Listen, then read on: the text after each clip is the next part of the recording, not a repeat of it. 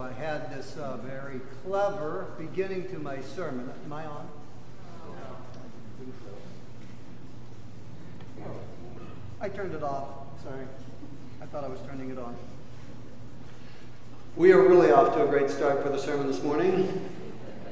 I had this really, dignified beginning, but then I had to say something about what happened in our hymn of dedication. You will love this. So in our worship planning meeting, we're looking at the program, and the bulletin says you're supposed to stand for the hymn of meditation. We said, nobody will notice that star. We'll sit, and they'll follow our lead. Of course you didn't. So what does that say about our status? We didn't manage to pull rank very well, Wanda. I don't know.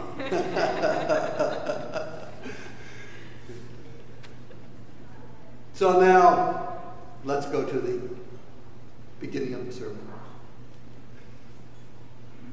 The setting up, it's got to be my favorite Max Lucado story, is Cinderella's Palace at Disneyland. I've heard it told a number of different ways. I've read it a number of times. Go with me to Disneyland, Cinderella's Palace. You're in the palace. There's a gaggle of kids running around, making noise, pulling grandma and grandpa and mom and dad or aunt and uncle this way and that way. It's buzzing. Then Cinderella comes in the door over on this side.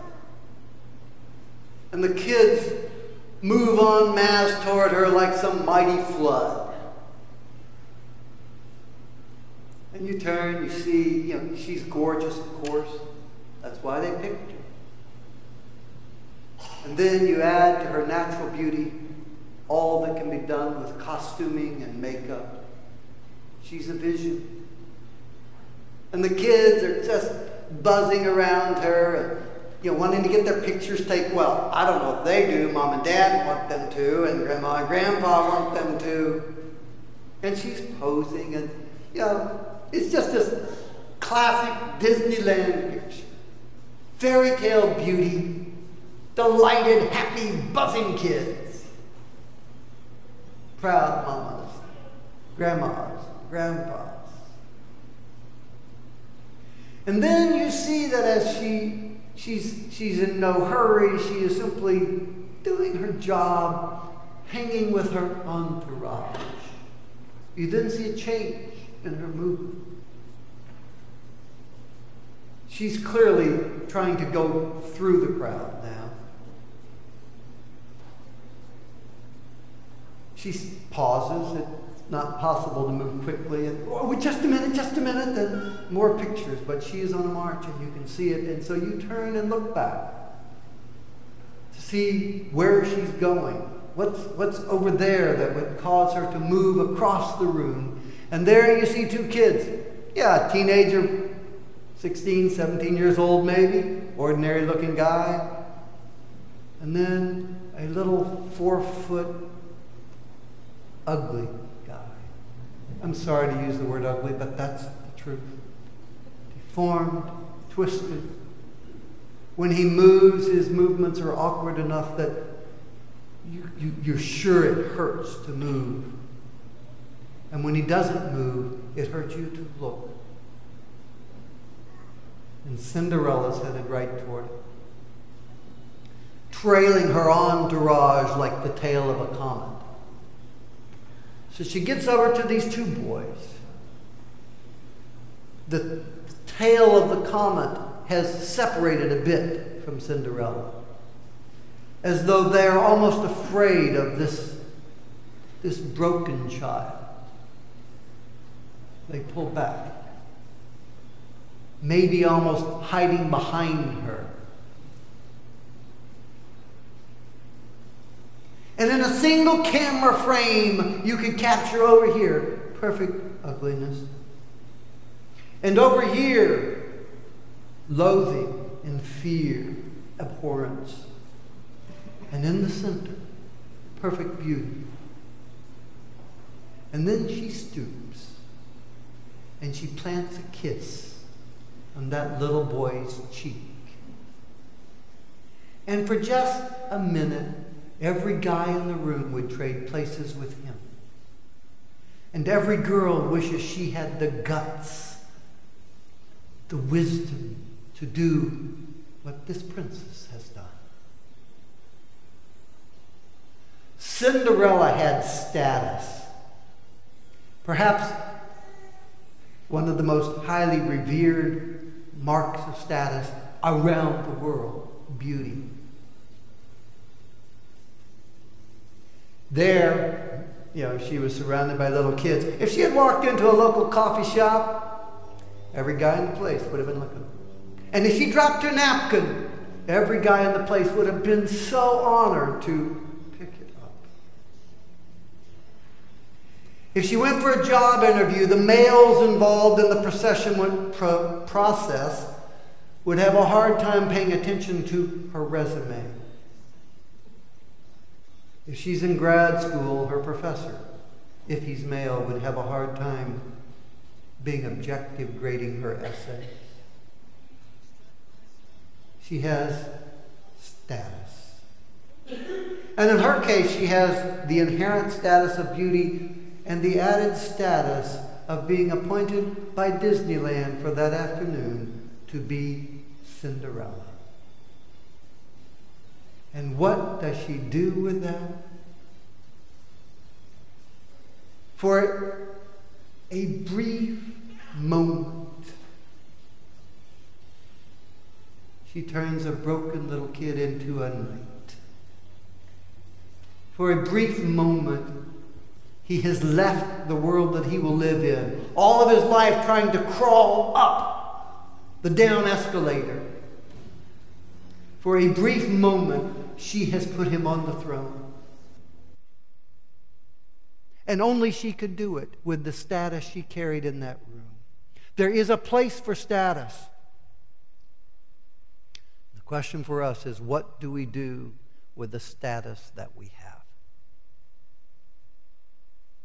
Another story about status. This one not complete yet, at least as far as I know. It is also a woman who has status, the status of power, executive power, the governor of her state. I wrote her a letter this week, as did Karen, as did a bunch of other people. Because we know a young man, also broken. When he was 18 years old, he did some dumb stuff. Of course, none of us ever did that, right? Well, his stuff was beyond dumb. It was criminal. He was appropriately arrested, charged, convicted, and inappropriately sentenced to 20 years in prison for crimes in which no one was physically harmed.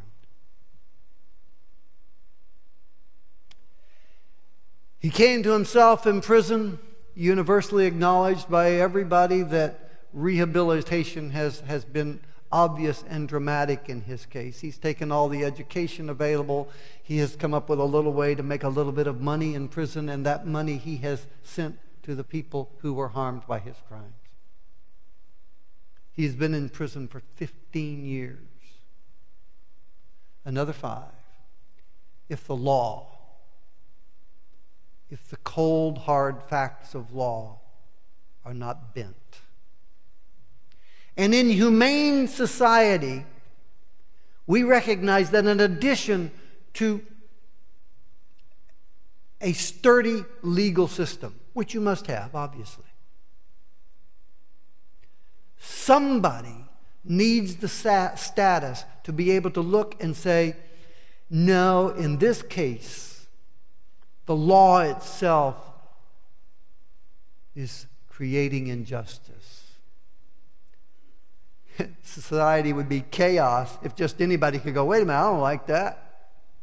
And so we give one person. In the state, we give the governor the power to commute sentences and to pardon people.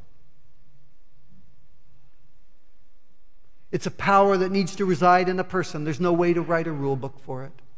And so we empower one person with the status to step in and say, enough is enough.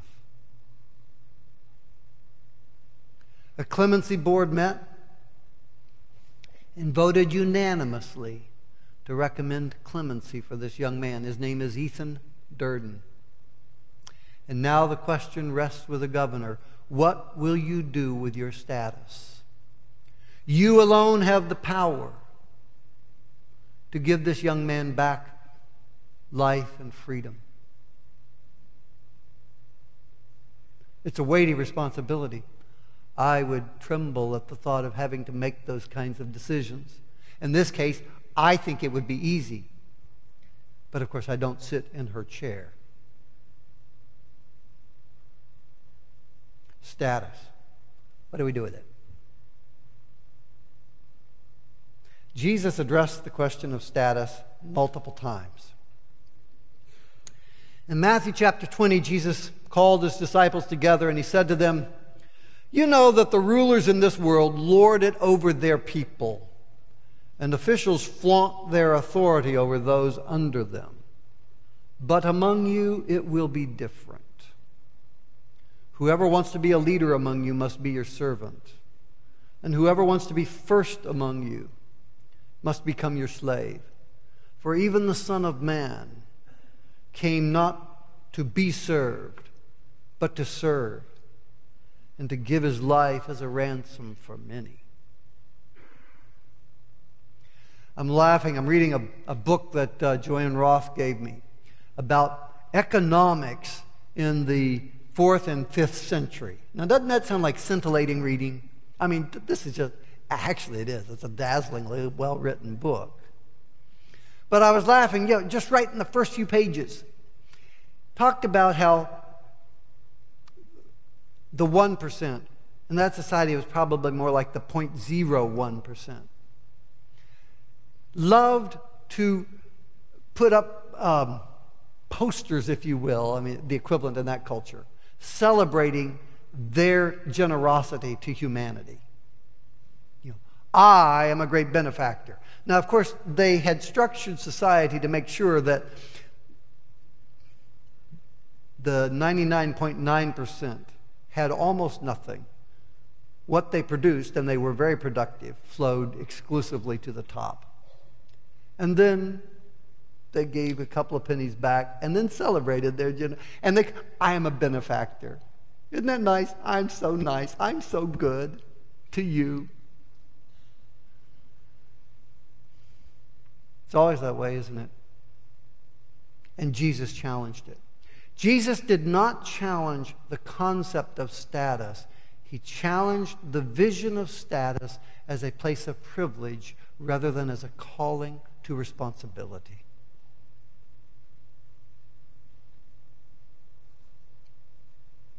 What are you doing with your status? We all have status. What are you doing with yours? I got a letter this week, late this week. Email from somebody I never met. "Dear Pastor, I am a retired family doctor from Seattle, currently serving as a Peace Corps volunteer at the McLarty Adventist Hospital in Lesotho." I guess that's Southern Africa. "My service will be finished in August, and I'll be returning to my home on Finney Ridge. While I myself am a Quaker, I have developed a strong attachment to the hospital here and the wonderful people who put their hearts and souls into service to some of the world's poorest and sickest people. I am hoping to create some links between Lesotho and Seattle when I return after my service is finished. The Green Lake Adventist Church is the nearest to my home, so I decided to write you. I am writing to you to learn if there are some particular elements of the work here that might be of interest to your church members." Then she begins to describe this place. I have heard of it, but the description just eats at your heart. Lesotho is in the bottom 10% of nations on the United Nations list of how nations are doing. The unemployment rate is about 50%. The HIV rate among adults in general is 23%. The HIV rates among pregnant women is 40%. There is one doctor for every 15,000 people. You'd be running fast to get around to those house calls. She talks about the hospital where she works. The postpartum unit has 21 beds and 1 toilet and 1 shower. In a country of 2 million people, about 160,000 children have been orphaned by HIV. One finds households headed by kids in every community, often the oldest kid in the family who is running the household is 12 years old. She writes, I recognize that your church is already generous in its outreach, so I'm not looking for something big. But there are needs here like buying a single blood pressure cuff, which would make a big difference. Can you imagine a world, some of you I know have been there. I don't get my head around the notion of a world where you could make a difference by buying a blood pressure cuff. At Christmas time, my kids say, so Dad, what do you want? I'm going, kids, if I wanted it, I bought it already. You know, I don't sit around waiting all year. You know, I really would like that, but maybe I'll put it on my Christmas list and maybe I'll get it. If I want it, I get it. You do too, most of you. She's writing from a world where if somebody bought a blood pressure cuff, it would make a difference.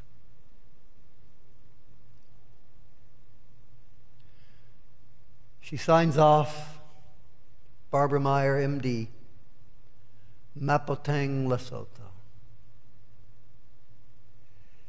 Here is somebody who has used her status to kiss the pain of the world.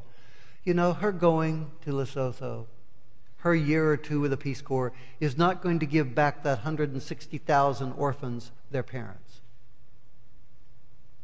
It's not going to cure the 40% of mothers, pregnant mothers, who have HIV. But she has touched their pain. She's engaged with it. She had the status of being an American, of being an MD, of being retired. And she asked, what can I do with this status? And she did this, which is very dramatic. Then she used her connection with our neighborhood to go, hey, y'all help me. We got to help these people. She's using her status to try to touch the world's pain with healing. That's what God calls us to do. What are we doing with our status? What if you're good at math? Kids, any of you guys good at math? Forgive me, maybe you girls are the ones that shine. I even have some hands. And my question is, who in the last week or two have you helped do their homework? You know, you whizzed through yours laughing that others were struggling. What have you done with your math ability to ease the trauma? Because for some people, math is traumatic.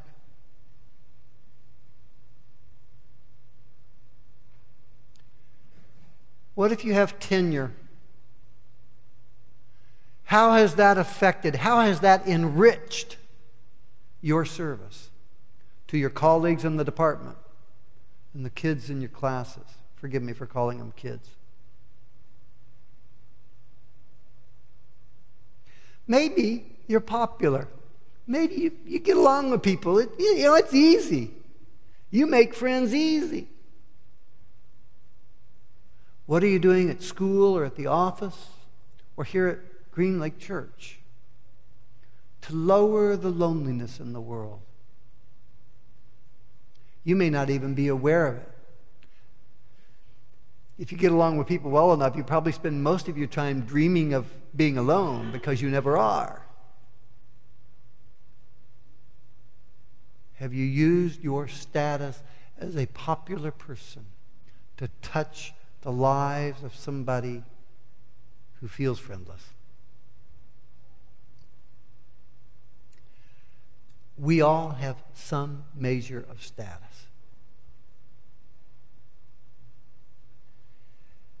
In certain Christian circles, one way the early Christian church responded to status is they imagined that supreme holiness would be the renunciation of status. And so you had people who would take vows of poverty. And the church celebrated these people who were rich, owners of vast estates, who renounced it all to take on poverty. I don't mock that decision, but it is to me crystal clear that that's actually an easy road compared to what I would think is a much higher road. To take the status that God has given you and put it to work where you are. Again, without in any sense diminishing Dr. Meyer's service in Lesotho. It would be easier for you to get on a plane and go to some faraway place and for 2 years pour your soul into day and night work than to spend 60 years here consistently, persistently, tactfully pouring your status into the hurt of the world nearby.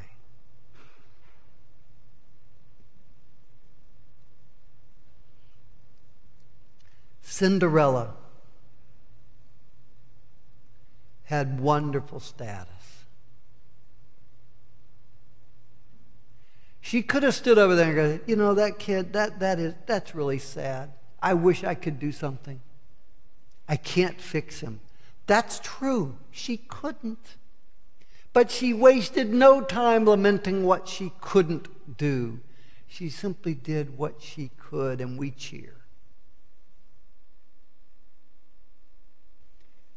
We make God real. In our scripture reading, as Brian read, Jesus said, love your enemies. Then people can see that you look a lot like God. What is the mark of God the way Jesus presents it in the Gospel of Matthew? It is not the exalted one, the great judge of the earth who looks down and is ready to condemn every failure. Jesus said you will look like God when you become indiscriminately generous. When you give as readily as the sky gives sun and rain. That's what God looks like. The one with the greatest status is worshipped only because.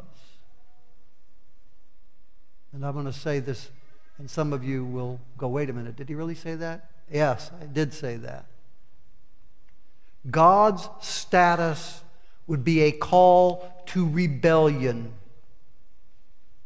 if it were not coupled with astonishing generosity.